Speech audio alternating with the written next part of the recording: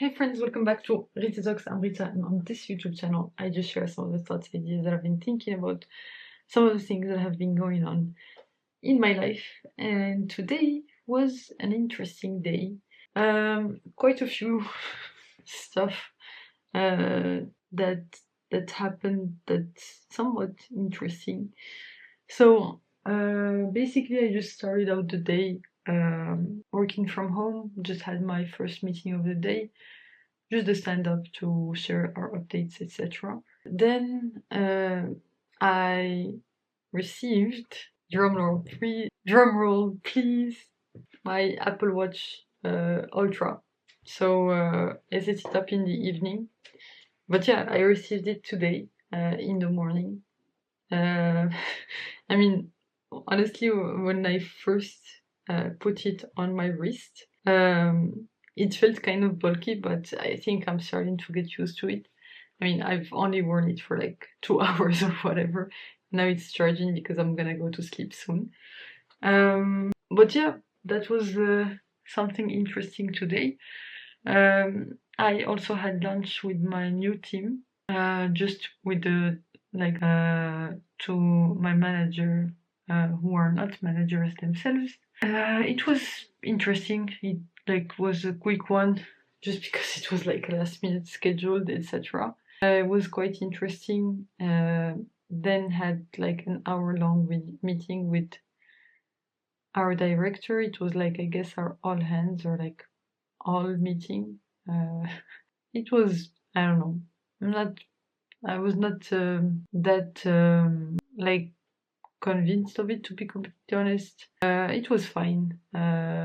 Just I don't know. It sounded like it looked a bit mechanical to me. I got a few things from it, but yeah, I don't think there was that much information to share. But yeah, I mean, it was what it was. Then just had a few meetings back to back about another project that I'm supposed to work on for a little bit, but I'm not dedicating any time to it for now. Then what else? Then I had like an afternoon chit chat around the office with people from my new team, just joking around for a bit about this tournament or like intra org tournament that we have, which is gonna be next week. The funny thing is, I signed up for so many sports, and I have not, like, literally, I signed up for tennis, paddle, and literally, I played paddle once in my life. I have not played tennis in like 3 years. I have not played badminton in like 7 years minimum. So yeah, that's gonna be an interesting one. I also ordered my like a tennis racket because I was planning on ordering it for a while and I didn't get to it. But now, since the tournament is gonna be next week, I just decided, okay, let me order some tennis, like a tennis racket and like some tennis balls and like a bag to put my racket in. So yeah, just like spending. I spent a lot of money in the past 2 days, but it's fine. It's seasonal, so hopefully not gonna have that much spending in the upcoming months. But yeah, it feels like a lot, but it's okay. You know, there are some times where you just can't get around the fact that you need to spend money, especially for clothes and stuff, because you know it, like, your clothes kind of get old and you need new pants and you need new stuff. And I'm trying to get high quality clothes, so that's why it costs a lot of money. But it's okay. It's okay for now. What else? I had like an afternoon meeting with one of my colleagues from my previous team, and he helped me a bit unblock the issue. I mean, we won't know whether it's unblocked or not until our next run. So I was just applying this fix. Like, basically, we need to copy this data from production to beta, because I guess when we ran the flow in beta, it did not find the right data there. So it's a very manual process. I think I did it for one part, and I think I still have to do it for 3 to 4 parts tomorrow. But I think probably this one part that I did it for is by far the longest one. So hopefully it will be shorter tomorrow. What else? I continued reading Slow Productivity by Cal Newport today, which was really fun. Honestly, I love the writing of this guy, and I love the examples that he gives, because a lot of them are mathematical examples, and it's exactly the kind of stuff that I enjoy. So super happy. Like, an example of that is that to illustrate one of the points that he was trying to make, he talked about the guy, like how the guy that found the proof of the small Fermat theorem managed to do it, and basically talked about the multi-year journey that he had to go through, and like some of the tricks that he had to do to free his time to be able to dedicate his mind to working on this proof, and which ended up being like a huge breakthrough in the world of mathematics. And yeah, it reinforces even more this idea that I have to trust myself when it comes to this kind of stuff, and not rush, because everyone wants us to rush stuff, but rushing through stuff will never lead to exceptional results, and you just have to be patient enough with yourself to actually do the work that needs to be done, and in order to somewhat be okay with that without feeling bad. These kind of books and like role models for how people did it in the past are excellent, because they kind of like give you permission to do like the work that you know it actually takes to make anything of value happen. And it's just the kind of thing that exactly I want to do. So yeah, I just thought that we are inspired. And yeah, just overall pretty good day. In the evening, I went to the gym, did my body balance gym session, did my 20-minute rowing session. I was listening to a few podcast episodes. One podcast episode with, let me tell you her name, Dr. Like on the Diary of a CEO podcast, with Dr. Wendy Suzuki, who was a neuroscientist, and basically like she specializes in studying the effects of exercise on our brain. That was a very interesting episode, and what it did is mostly reinforce some of the knowledge that I already had. So that was very cool. And another one actually that genuinely I learned a lot from is the Diary of a CEO podcast episode with Robert Lustig, who is a professor of pediatric endocrinology, and who's a public health expert, and who explores the impact of sugar on our health. And there are a few things that were surprising from this podcast that I did not know about.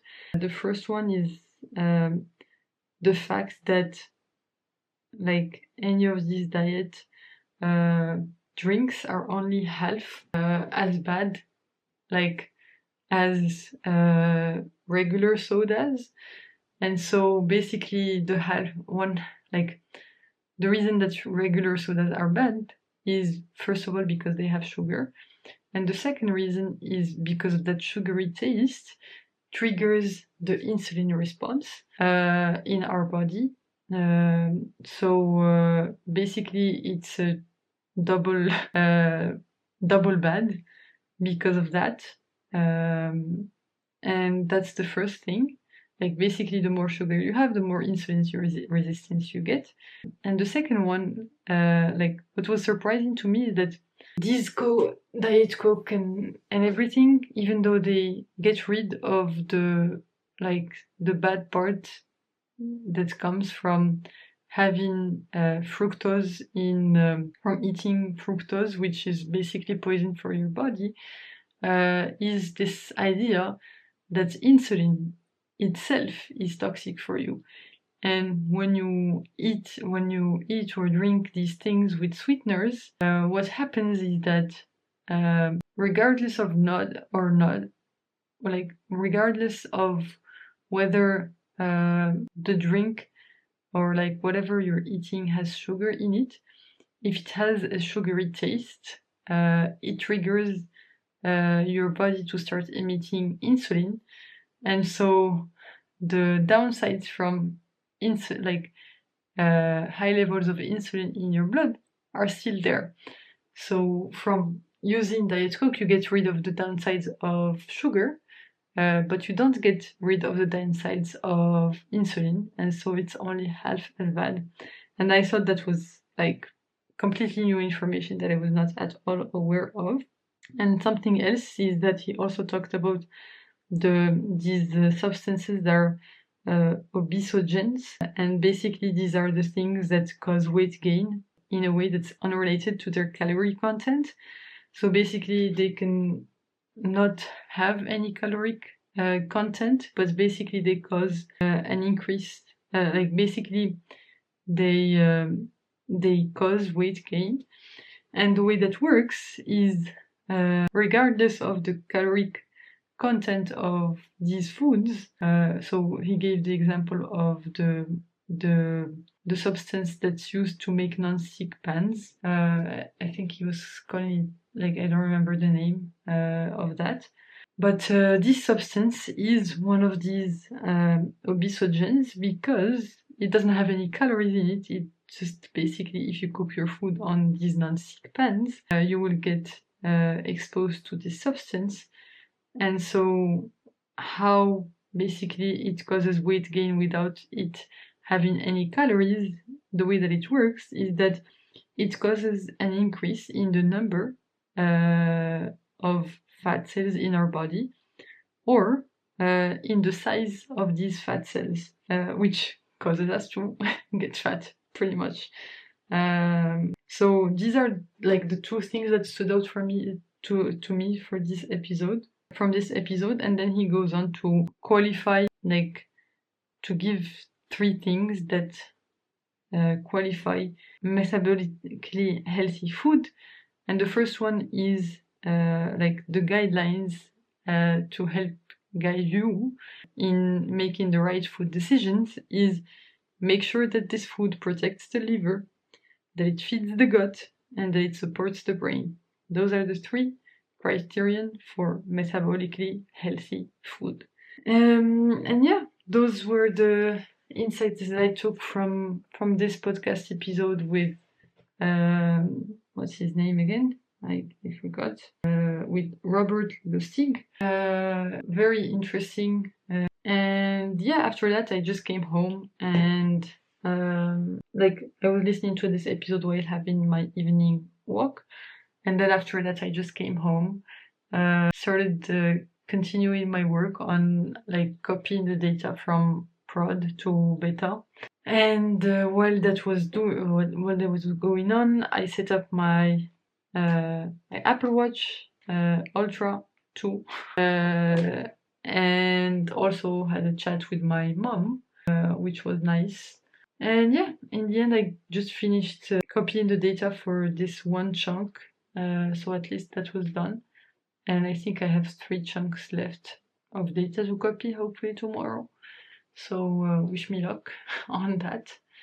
And yeah, that's all I wanted to talk about for today. Thanks a lot for tuning in.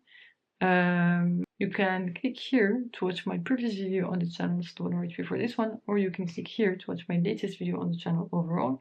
Thanks again for tuning in. I hope you have a fantastic rest of the day, night, whichever time of day it is where you are right now. Bye for now, and I will hopefully see you in the next one. And now I'm going to sleep. Bye bye!